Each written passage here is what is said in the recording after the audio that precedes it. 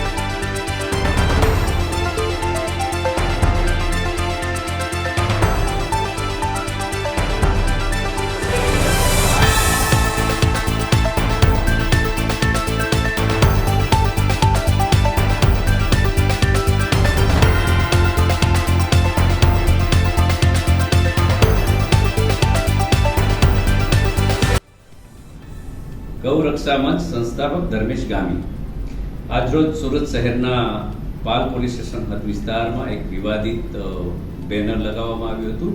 જે બેનરની અંદર દૂધ વેજીટેરિયન નથી એટલે કહેવાનો મતલબ કે નોન વેજીટેરિયન છે.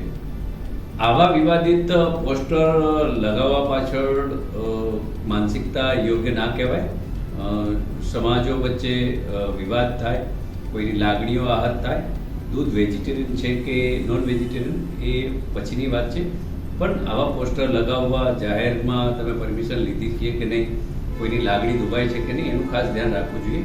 મા કા દૂધ નામનો યુટ્યુબ પર કોઈ એક લિંક છે, એ લિંક પર એનું સ્કેન કરવાનો બારકોડ પણ લગાવવામાં આવ્યો છે. એટલે ક્યાંક ને ક્યાંક એવું લાગે છે કે આમનો જે ઈરાદો છે એ પોતાના સબસ્ક્રાઇબ વધારવા માટેનો છે અને આવા વિવાદિત બેનરો ન લગાવવા જોઈએ.